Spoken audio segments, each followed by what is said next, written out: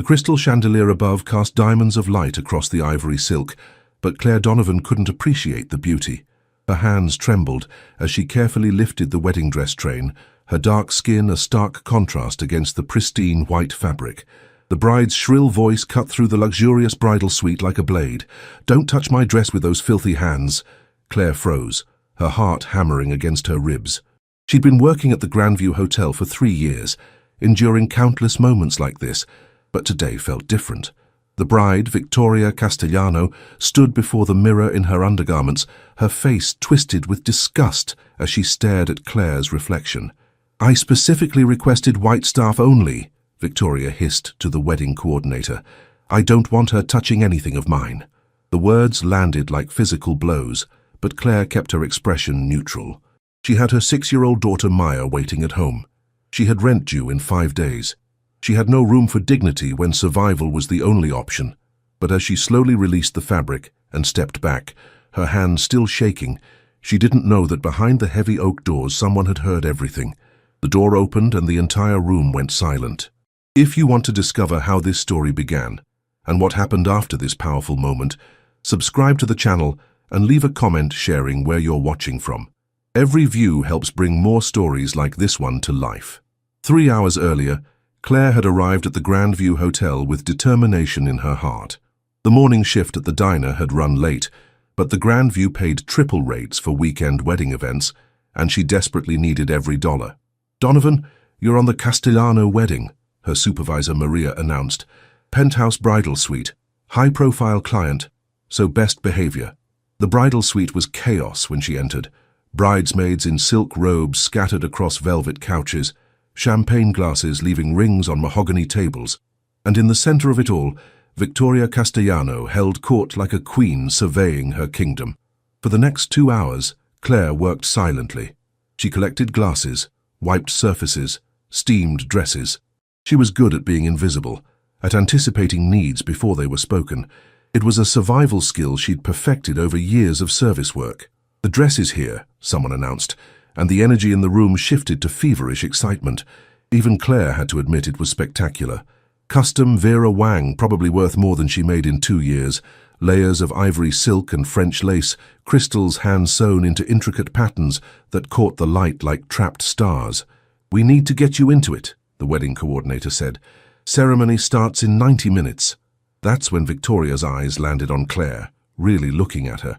Claire saw the calculation in those cold blue eyes, the judgment, the decision being made. "Not her," Victoria said quietly. "I don't want her near my dress." The coordinator, Patricia, shifted uncomfortably. "Miss Castellano, Claire is one of our most experienced—" "I don't care about experience," Victoria cut her off. "Look at her. Do you really think I want someone like that touching my dress? What if she damages it? What if she steals something?" The room fell silent. Claire felt every eye turn toward her, felt the weight of their judgment. Her chest tightened, but she kept her face carefully blank. "I understand," Patricia said quietly. "Claire, perhaps you should—" "No, she needs to stay," Victoria interrupted, a cruel smile playing at her lips. "Someone has to clean up after us. But keep her away from anything valuable. I don't trust her." Claire's hands clenched at her sides. "I've been working here for 3 years," she said, her voice steady despite the tremor. "I've never stolen anything. I've never damaged anything. I'm good at my job. Did I ask for your opinion?" Victoria turned fully toward her now, anticipation in her expression. She wanted a confrontation, wanted to humiliate Claire further. Before Claire could respond, the door opened.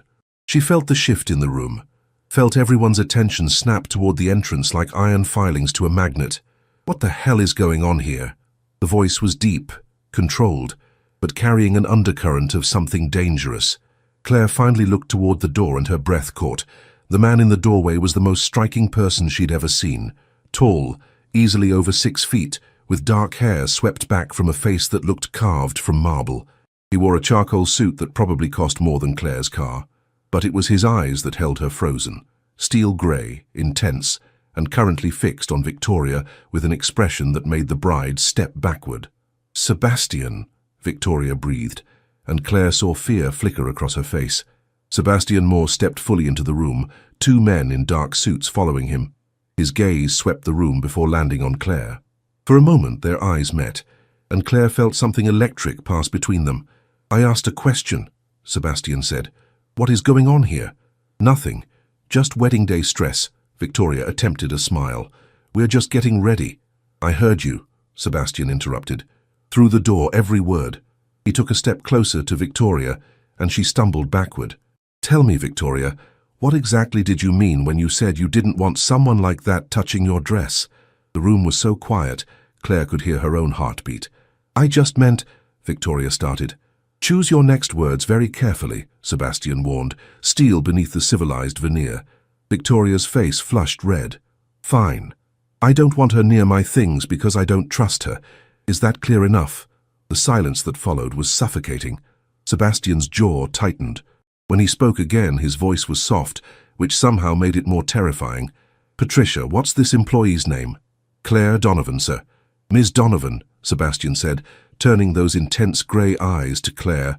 "You've worked here how long?" 3 years, Claire managed. "Any complaints? Any issues with theft or damage?" "No, sir. None." Sebastian nodded slowly, then looked back at Victoria. "Interesting, because what I'm hearing is blatant discrimination. What I'm hearing is you humiliating someone who's done nothing wrong except try to do her job." "She's just a maid," Victoria spat out. "Why do you even care?" "Because," Sebastian said, his voice deadly quiet, "the Castellano wedding is being held in my hotel. The Grandview belongs to me, which means every person in this building is under my protection, including Ms. Donovan." Claire's world tilted. Sebastian Moore. Everyone in the city knew that name, whispered in corners and reported in newspapers. The Moore family owned half the city's real estate, controlled construction unions, had fingers in every profitable pie, and if rumors were true, they owned things far less legal as well. Victoria had gone pale. "Sebastian, I didn't know. That she was a human being worthy of respect?" Sebastian finished. "That seems to be a pattern with you, Victoria, which is why this wedding is cancelled." The room erupted. Bridesmaids gasped. Patricia looked like she might faint, and Victoria's face went crimson. "You can't do that," Victoria shrieked. "My father will—" "Your father will do nothing," Sebastian cut her off. "Because your father owes me $17 million in outstanding loans. So here's what's happening. You and your entourage are leaving my hotel in the next 10 minutes. The groom will be informed the wedding is postponed indefinitely, and you're going to think very carefully about how you treat people who can't fight back. This is insane." Victoria looked around wildly. "You're ruining my wedding because of her? I'm ending your wedding because you revealed yourself to be exactly the kind of person who shouldn't be celebrated." 8 minutes now, Victoria. As the bridal party scrambled to gather their things, Claire stood frozen. She couldn't process what had just happened, couldn't understand why this powerful, dangerous man had defended her. Sebastian turned to her, his expression softening. "Ms. Donovan, I'd like to speak with you privately. Please come with me." It wasn't really a request. As Victoria and her bridesmaids fled, Sebastian gestured toward the door. Claire followed him to the elevator, acutely aware of the 2 bodyguards trailing behind. They rode in silence to the top floor, to Sebastian's penthouse. The space was breathtaking, floor-to-ceiling windows overlooking the city, furniture that screamed wealth and taste, but it was also surprisingly lived in, with books stacked on tables and a coffee mug on the counter. "Please sit," Sebastian said, gesturing to a leather couch. Claire perched on the edge. Sebastian brought her a glass of water, their fingers brushing as she took it. "That electric shock again. That should never have happened to you," he said quietly. "I'm sorry you experienced that in my hotel." "It's not the first time," Claire heard herself say. Something dark flickered across Sebastian's face. "Maybe not, but it will be the last time, at least here." He paused. "I heard something else in that suite. When you said you'd been working here 3 years, I did some checking." He showed her his phone with what looked like her employee file. "You work 45 hours a week here. You also work 30 hours at the Liberty Diner." "That's 75 hours a week, Ms. Donovan. Every week." Claire's throat tightened. "I have responsibilities. A daughter, Maya, 6 years old. You're raising her alone." It wasn't a question. "I also know you're 3 months behind on rent, that you have medical bills from when Maya had pneumonia, that you're one emergency away from losing everything." Tears burned behind Claire's eyes, but she refused to let them fall. "If you're going to fire me, just do it." "Fire you?" Sebastian looked genuinely shocked. "Miss Donovan, Claire, I'm not going to fire you. I'm going to offer you a job." Claire's head snapped up. "What?" "I need a personal assistant. Someone to manage my household, coordinate my schedule, handle day-to-day details. The position pays $150,000 a year, plus benefits, plus housing allowance. You'd work normal hours, 40 a week. You'd have nights and weekends with your daughter." Claire couldn't breathe. $150,000. It was more than she'd made in the last 3 years combined. "Why?" she whispered. "You don't know me." "I know enough," Sebastian said.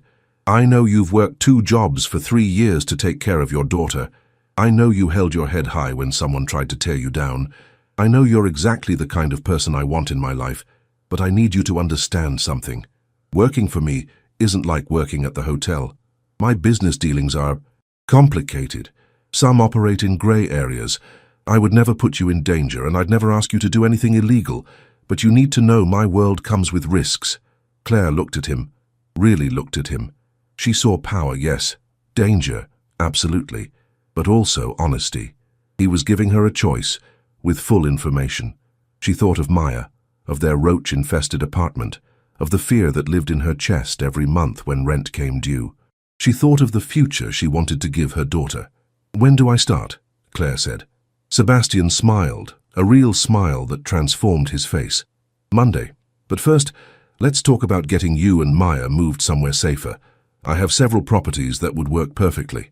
As they discussed details, Claire felt something shift inside her. For the first time in years, she felt hope.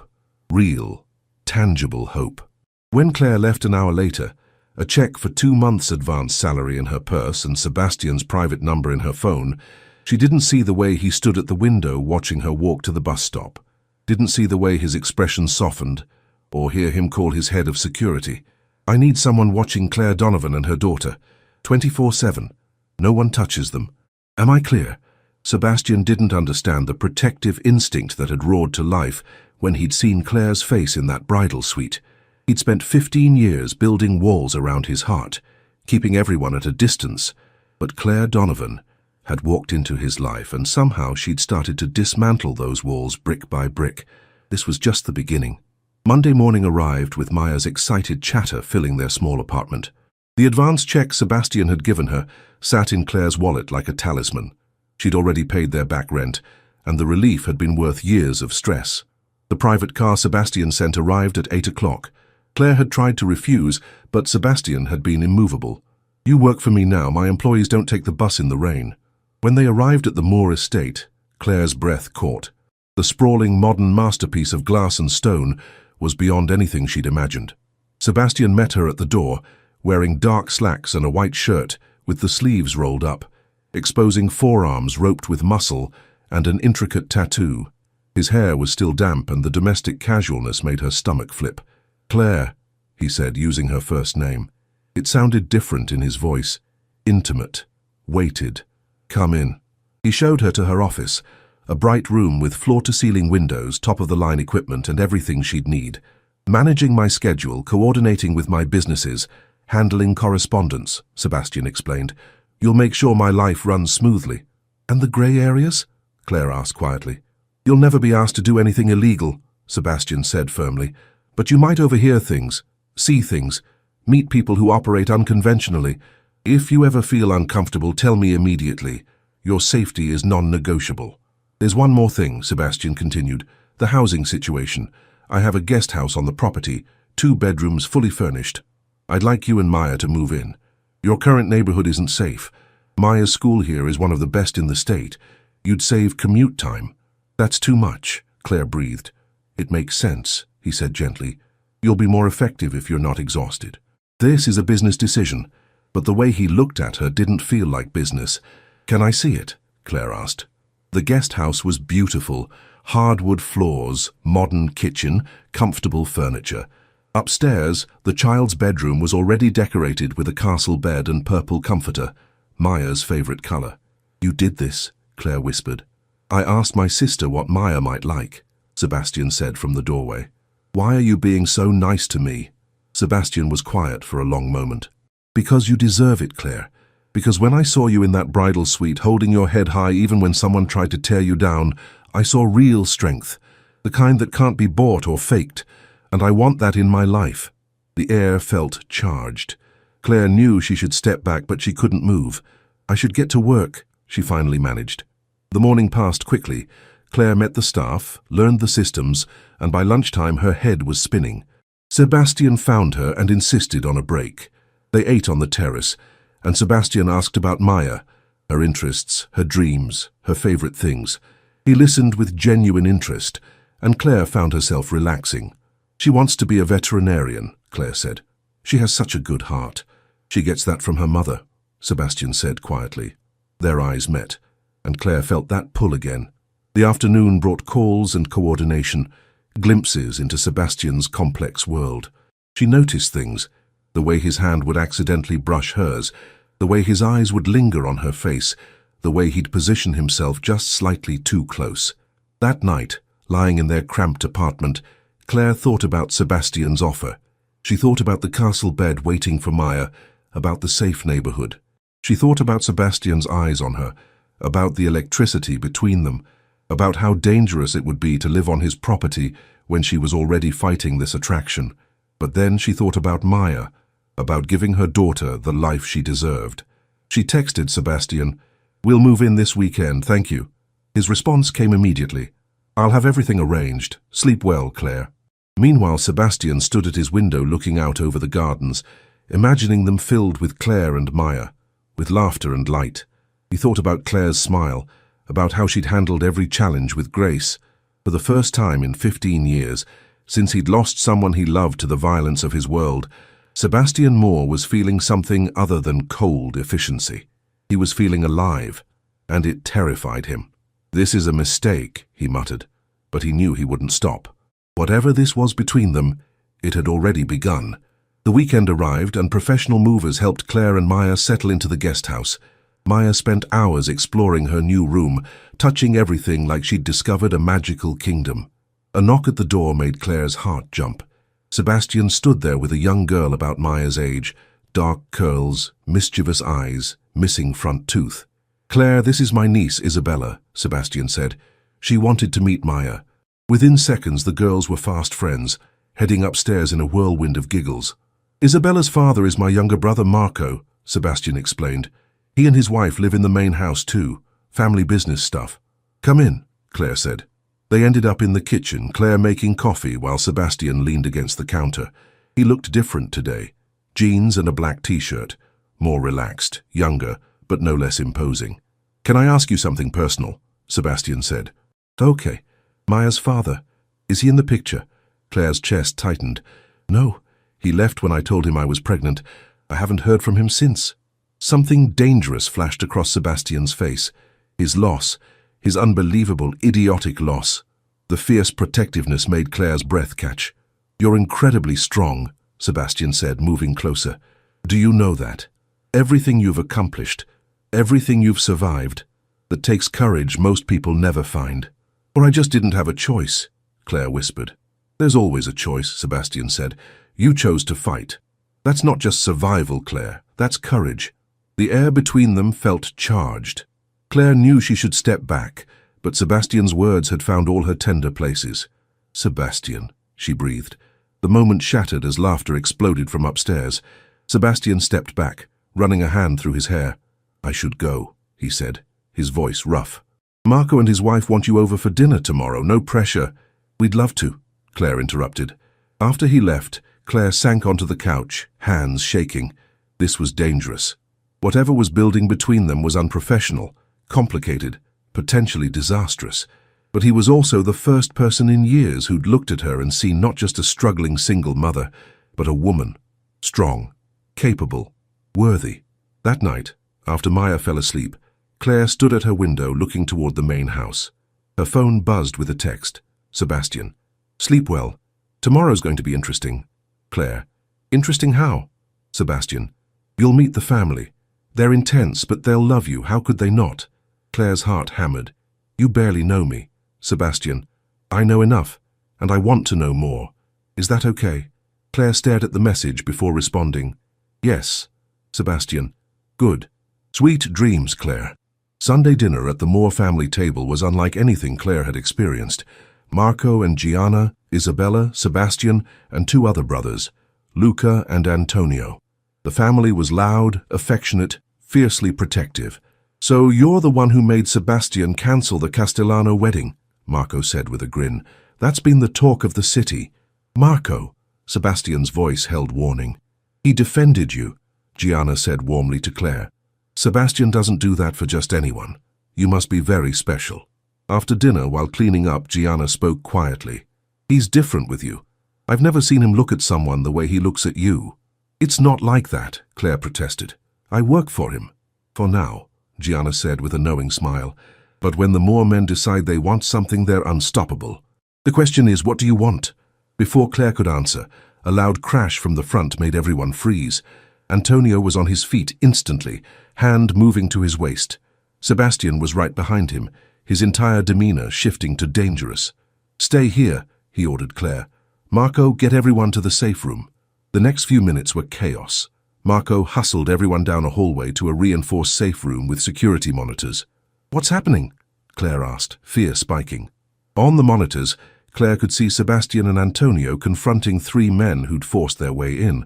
One she recognized from news reports, Vincent Moretti, a rival crime family member. "Competition," Marco said simply. "They want territory that's ours." On screen, one of the Moretti men pulled a gun. Claire's hand flew to her mouth, but Sebastian moved faster than seemed possible, disarming him in seconds. Within minutes, more security arrived, and the men were escorted out. When Sebastian finally came to the safe room 30 minutes later, his shirt was torn, and there was a cut above his eyebrow. "Everyone okay?" he asked, eyes finding Claire immediately. "What did they want?" Claire demanded, anger replacing fear. "Maya could have been hurt.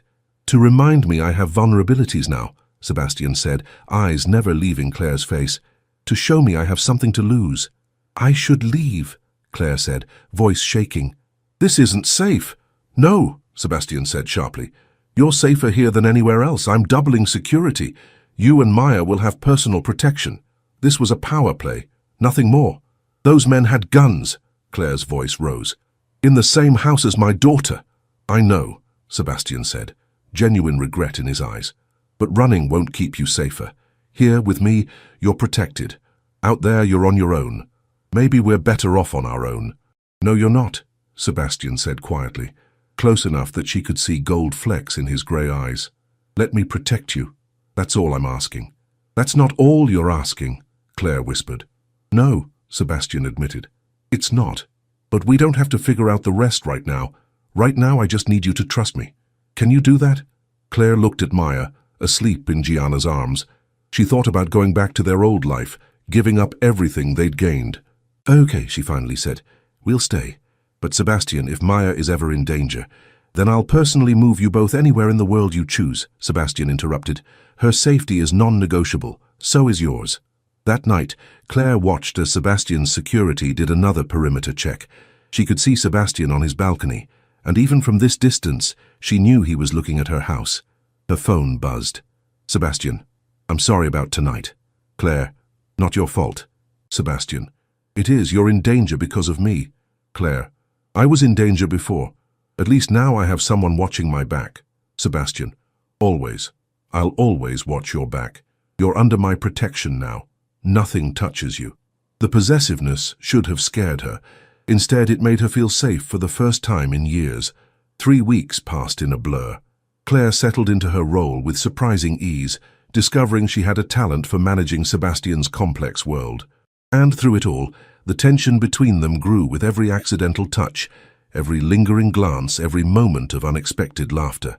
"You're doing it again," Claire said one evening, looking up to find Sebastian watching her instead of reviewing contracts. "Doing what?" he asked. "Staring. It's distracting." "You're distracting," Sebastian countered. "I'm trying to focus, but you're sitting there looking like that, and it's making it difficult." "Looking like what?" "Beautiful," Sebastian said simply. The air changed. Claire knew she should diffuse the tension, maintain boundaries, but she was tired of pretending. "Sebastian," she said softly. He stood, moving until he was in front of her. Claire had to tilt her head back to meet his eyes. Desire, yes, but also tenderness and something deeper. Tell me I'm reading this wrong, Sebastian said, voice rough. Tell me you don't feel this too, and I'll back off. But Claire, I need to know. You're not reading it wrong, Claire admitted, standing. I feel it too, but this is complicated. I work for you. I live on your property. If this goes wrong— It won't, Sebastian interrupted, cupping her face. Claire, I've spent 15 years keeping everyone at arm's length. Then you walked into my life, and those walls mean nothing. I look at you and I want things I thought I'd never want again. A partner. Someone to share my life with. I'm scared, Claire whispered. Your world is dangerous and I have Maya. I know, Sebastian said, thumb stroking her cheek. That's why I've been fighting this, but I can't fight it anymore. So I'm asking, will you let me try? Let me show you this can work. Claire knew this was pivotal. She could step back, protect herself, or she could take a leap of faith. Yes, she breathed. Yes, but we take this slow. For Maya's sake. Sebastian's lips were on hers, cutting off her words with a kiss that stole her breath. His hand tangled in her hair, his other arm wrapping around her waist. Claire melted into him, kissing him back with all the pent-up longing of weeks. When they broke apart, Sebastian rested his forehead against hers. I'm sure, he said fiercely. I've never been more sure, but you're right. We'll take this at your pace. Maya's happiness matters to me too. You already are important to her, Claire said. She talks about you constantly. Uncle Seb this, Uncle Seb that. Sebastian's smile was brilliant. Uncle Seb, huh? I could get used to that. Although I'd like to be more than that eventually, if you'll let me. One step at a time, she said, smiling. The next 2 weeks were a dance of new relationship excitement and careful discretion. At work, they maintained boundaries, though Claire noticed the way Sebastian's hand would linger, the way he'd find excuses to be near her. In private, stolen moments brought long conversations, heated kisses and slow building trust. Claire learned unexpected things about Sebastian. His favorite book was Neruda poetry in Spanish. He played piano, learned from his mother before she died. He had a scar from protecting Marco. He donated anonymously to children's charities. You're not what I expected, Claire said one evening, curled next to him while Maya had a sleepover with Isabella. What did you expect? Someone colder, more ruthless. I am dangerous, Sebastian said seriously. I've done things I'm not proud of, things that were necessary but still keep me up some nights. I want you to know that. I'm not some misunderstood hero. I've made choices that hurt people. But you've also protected people, Claire countered. Your family, your employees, me and Maya. You use your power to help. I try, Sebastian said, but my past is always there. The enemies I've made don't forget. I chose this, Claire reminded him. I'm choosing this every day. Sebastian pulled her closer. Always. I'll always watch over you. But that promise was about to be tested. It started small, a car following Claire, her old apartment broken into, though nothing taken, Maya mentioning a man watching her playground. Sebastian increased protection immediately, but worry showed in his eyes. The breakthrough came when Marco burst into Sebastian's office, his face pale. We've got a problem. Big one. What is it? Sebastian was on his feet. Vincent Moretti. He's been making moves, building alliances. And Seb, he's specifically asking about Claire. The temperature dropped. Sebastian's expression went lethal. What do you mean? He knows she's important to you, Marco said, glancing at Claire. He's been gathering information. Antonio intercepted one of his guys trying to bribe Maya's teacher for her schedule. Claire's blood ran cold. Maya, she whispered. She's safe, Sebastian said immediately, pulling out his phone. Antonio has doubled school security. I'm pulling her out until we sort this. Sort what out? Claire demanded. Sebastian and Marco exchanged looks. Finally, Sebastian spoke, rage underneath careful control. He wants me to suffer. He thinks if he threatens what I care about, I'll back down. He thinks wrong, Marco added darkly. I want to meet with him, Sebastian said. Seb, that's what he wants. I don't care. He threatened my family. Set up the meeting, neutral ground, tomorrow. After Marco left, Sebastian pulled Claire into his arms, holding her tight. I'm sorry. I should have seen this coming. How could you? Claire asked, voice shaking. Maybe Maya and I should leave town. No, Sebastian said firmly. That's what he wants. You're safer here than anywhere. But Claire, I need to ask, how far are you willing to go with us? Because what I'm about to do tomorrow, things might get dangerous. Not for you or Maya, he added quickly. I'll die before I let anything happen to you.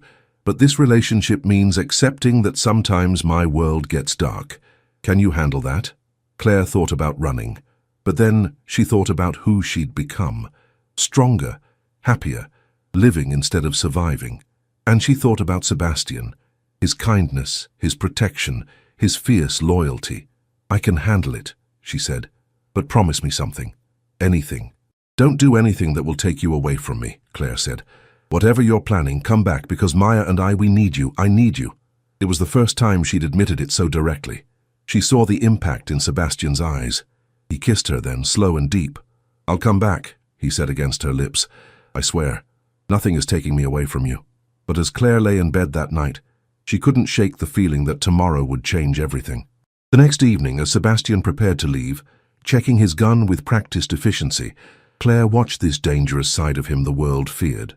I love you, she said suddenly. Sebastian froze, then slowly turned. What did you say? I love you, Claire repeated, stronger now. I probably shouldn't. It's too soon, too complicated. But I do, and I needed you to know before you left. Sebastian crossed the distance in 3 strides, framing her face and kissing her desperately. I love you too, he said fiercely. God, Claire, I love you so much it terrifies me. You and Maya, you're everything, and I swear I'm coming back. This threat ends tonight, and then we're going to build the life you deserve. We deserve, Claire corrected. Together. Together, Sebastian agreed. 2 hours later, Claire sat in the main house with Gianna, trying not to watch the clock. He'll be fine, Gianna said. The Moor men always come home. Always? Claire asked. Gianna hesitated. Almost always. At 10:47 p.m., headlights swept the driveway. Sebastian's SUV pulled up. The passenger door opened, and Sebastian stepped out. Claire was running before she decided to move. Sebastian caught her as she launched herself at him. I'm okay, he murmured. It's over. It's all over. What happened? Later, Sebastian said. Right now, I just need to hold you. Later, after Maya was in bed and Sebastian had showered, he explained. Moretti had wanted to negotiate, using the threat as leverage. Sebastian had made it clear that wasn't happening. I gave him a choice, Sebastian said. Back off completely, or face consequences. Not just from me, but from every ally I've built over 15 years. I showed him that touching you would cost him everything. And then I demonstrated what happens to people who threaten my family. The bruise on your jaw. He took a swing. I took several more. Nothing permanent. Just educational. He won't be a problem again. Claire knew she should be disturbed, but all she felt was relief. I meant what I said earlier, she told him. I love you. I love you too, Sebastian said. And Claire, I'm done waiting, done taking things slow. I want this. You, me, Maya, a real family. I want to wake up with you every morning. I want to watch Maya grow up and have more kids with you if you want. I want everything. That's a lot of wanting, Claire said. Too much? No, Claire smiled. It's exactly right. But Sebastian, Maya is my priority always. If being with you ever puts her at risk, then we leave, Sebastian interrupted. All of us. I give it all up. The business, the territory, everything. Before I let anything happen to you. You're my priority now too, both of you. You'd really give it all up? In a heartbeat, Sebastian said. What's it worth if I'm alone? You and Maya, you're what matters. Everything else is just business. Claire kissed him, pouring all her love and hope into it. So what happens now? She asked. Now, Sebastian said, we start building our life. Together, all 3 of us.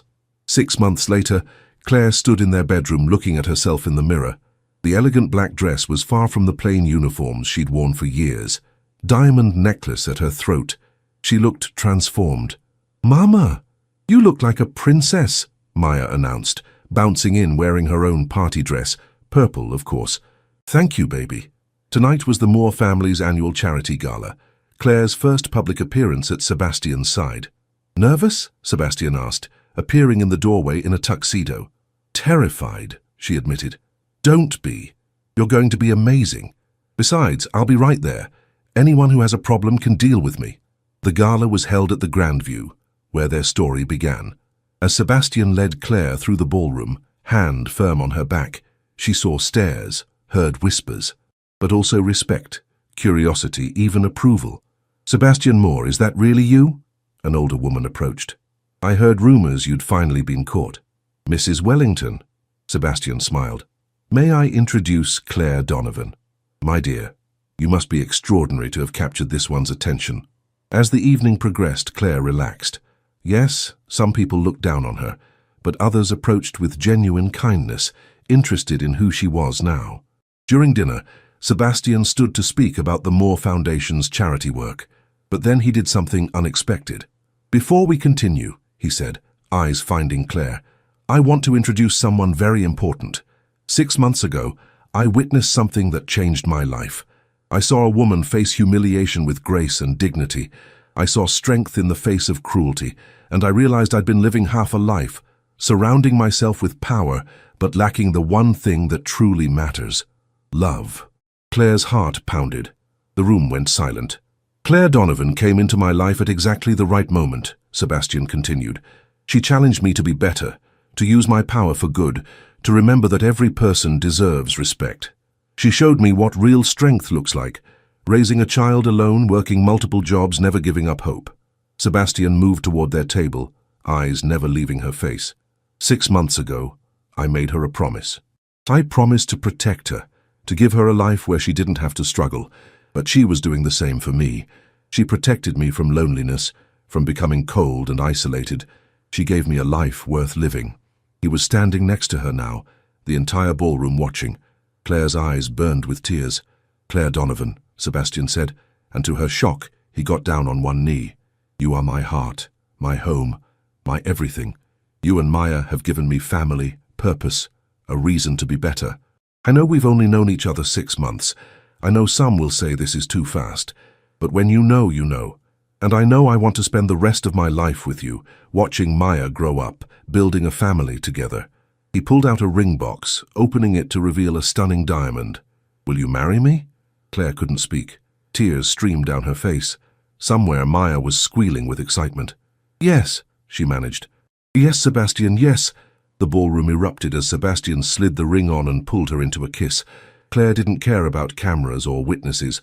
All that mattered was this moment, this man, this life they were building. When they broke apart, Maya launched herself at them, and Sebastian scooped her up, including her in their embrace. "Does this mean you're going to be my daddy?" Maya asked. "If you'll have me," Sebastian said seriously. "Yes." Maya threw her arms around his neck. "I've been wishing for a daddy." "They do come true, baby," Claire said, voice thick with emotion. "They really do." Later, after returning home and tucking an exhausted Maya into bed, they stood on the terrace looking out over the gardens. "Thank you," Claire said. "For what?" "For seeing me, for choosing me, for giving Maya and me this life." "Claire," Sebastian turned her to face him, "you saved me. Before you, I was going through the motions. You gave me purpose, love, family. I should be thanking you." "Then we're even," Claire smiled. "Not even close," Sebastian said. "I'm going to spend the rest of our lives showing you how much you mean to me." As they stood there under the stars, wrapped in each other's arms, Claire thought back to that day in the bridal suite. She'd been invisible then, desperate and alone, and now, 6 months later, she was engaged to a man who would burn down the world to keep her safe, who looked at her like she hung the moon. Life could change in an instant. One moment of crisis could become destiny. One act of cruelty could lead to redemption. And sometimes, the man who walked through the door at your lowest moment turned out to be the one who would lift you higher than you'd ever dreamed. "I love you," Claire whispered. "I love you more," Sebastian countered. "And I'm going to spend every day proving it." 3 months later, they married in a small ceremony in the estate gardens, with only family present. Maya was the flower girl in purple, beaming with pride. When Sebastian lifted Claire's veil and looked at her with eyes full of love and promise, Claire thought about how far they'd come, from that humiliating moment to this moment of pure joy. "You may kiss your bride," the officiant said, and Sebastian did thoroughly while their family cheered. Later, during their first dance as husband and wife, Sebastian pulled Claire close. "Any regrets?" he asked. "Not even one," Claire said. "You?" "Only that I didn't walk through that bridal suite door 5 years earlier," Sebastian smiled. "But we have the rest of our lives to make up for lost time." The rest of our lives, Claire echoed. It sounded like the most beautiful promise in the world. 2 years later, Claire stood in the nursery watching Sebastian rock their 3-month-old son, David, to sleep. Maya, now 8 and thriving, was doing homework at the kitchen table with Marco's help. "He's out," Sebastian whispered, carefully placing David in his crib before joining Claire at the door. "You're getting good at that," Claire smiled. "Practice makes perfect. Besides, I had a good teacher with Maya." Downstairs, they found Gianna arriving with Isabella for impromptu family dinner. "Hope you don't mind," Gianna said. "The girls wanted to study together." "Never mind," Claire assured her. "You're always welcome." As Claire watched her family, this extended Moore clan that had embraced her completely, she felt profound gratitude. She thought about the woman she'd been that day in the bridal suite. Scared, struggling, invisible. She'd come so far from that cramped apartment. Now she lived in a beautiful home, where Maya could run free and safe. She had a husband who adored her, a son with his father's grey eyes, and a family that was the foundation of everything she treasured. But more than material changes, Claire had transformed inside. She'd found her voice, her strength, her worth. She'd learned that being vulnerable didn't make her weak, that accepting help didn't diminish her independence, and that love, real, deep, committed love, was worth every risk. "What are you thinking about?" Sebastian asked, pulling her aside. "How lucky I am," Claire said. "How different everything could have been." "I would have found you somehow," Sebastian said with certainty. "We were inevitable, Claire. You and me, this family.